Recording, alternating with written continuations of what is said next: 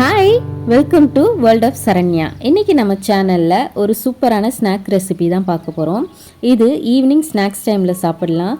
ஸ்கூல்லேருந்து குழந்தைங்க வரும்போது இதை செஞ்சு கொடுத்தீங்கன்னா ரொம்ப ஹெல்த்தியாகவும் இருக்கும், அவங்களும் ரொம்ப விருப்பப்பட்டு சாப்பிடுவாங்க. சீஸ் கார்ன் டிக்கி எப்படி செய்யுதுன்னு பார்க்கலாமா? வாங்க. ஒரு கார்னை வேக வச்சு எடுத்துக்கலாம். அதை மிக்சர் ஜாரில் போட்டு சும்மா இந்த மாதிரி கொரப்பாக அரைச்சி எடுத்துக்கலாம். ரொம்ப நைஸெல்லாம் அரைக்க தேவையில்ல, இந்த மாதிரி கொரப்பாக அரைச்சி எடுத்துக்கணும்.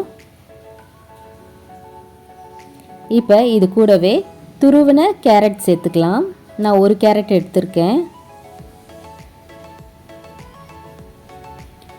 பாதி கேப்சிகமை இந்த மாதிரி சின்ன சின்னதாக கட் பண்ணி எடுத்திருக்கேன்.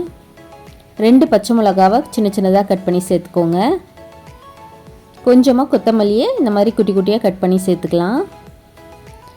ஒரு உருளைக்கிழங்கை வேக வச்சு மேஷ் பண்ணி சேர்த்துருக்கேன். இது கூடவே பைண்டிங்காக 2 ஸ்பூன் கடலை மாவு சேர்த்துருக்கேன். 2 ஸ்பூன் அரிசி மாவு, 1/2 ஸ்பூன் சில்லி பவுடர் சேர்த்துக்கலாம். ஏற்கனவே பச்சை மிளகாய் சேர்த்துருக்கோம், அதனால் காரம் இது கம்மியாக போட்டுக்கலாம். 1/4 ஸ்பூன் மஞ்சள் தூள் சேர்த்துக்கலாம். தேவையான அளவு உப்பு சேர்த்துக்கோங்க. சேர்த்துட்டு இது எல்லாத்தையும் நல்லா மிக்ஸ் பண்ணி எடுத்துடணும். இதில் இருக்க வெஜிடபிள்ஸு அந்த மசாலா எல்லாமே மிக்ஸ் ஆகிற அளவுக்கு நல்லா மசிச்சு எடுத்துக்கலாம்.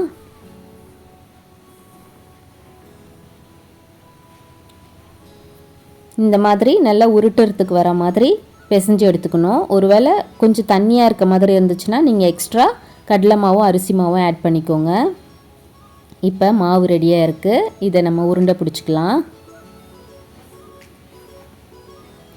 கொஞ்சம் பிசு பிசுன்னு ஒட்டுற மாதிரி தான் இருக்கும். கையில் கொஞ்சமாக ஆயில் அப்ளை பண்ணிவிட்டு பிடிங்க. இப்போ இதை லைட்டாக நம்ம இந்த மாதிரி வடை தட்டுற மாதிரி தட்டிடலாம். தட்டிட்டு இதுக்கு நடுவில் ஒரே ஒரு சின்ன சீஸ் பீஸ் சேர்த்துக்கலாம். சீஸு நீங்கள் துருவி கூட சேர்த்துக்கோங்க. சேர்த்துட்டு இது எல்லாத்தையும் அப்படியே மூடிட்டு அப்படியே திருப்பி ஒரு உருண்டை மாதிரி பிடிச்சிட்டு லைட்டாக ஒரு ப்ரெஸ் கொடுத்தோம்னா கட்லெட் மாதிரி வந்துடும். இந்த மாதிரி தட்டிக்கலாம். இப்போ நான் எல்லாத்தையும் தட்டி வச்சுட்டேன். இதுக்கு மேலே கோட்டிங்க்கு ரவா எடுத்திருக்கேன். நல்ல முறுமுறுன்னு வரும் ரவா போட்டு செஞ்சோம்னா. இது மேலே இந்த மாதிரி ரவாவை அப்ளை பண்ணி எடுத்துக்கலாம்.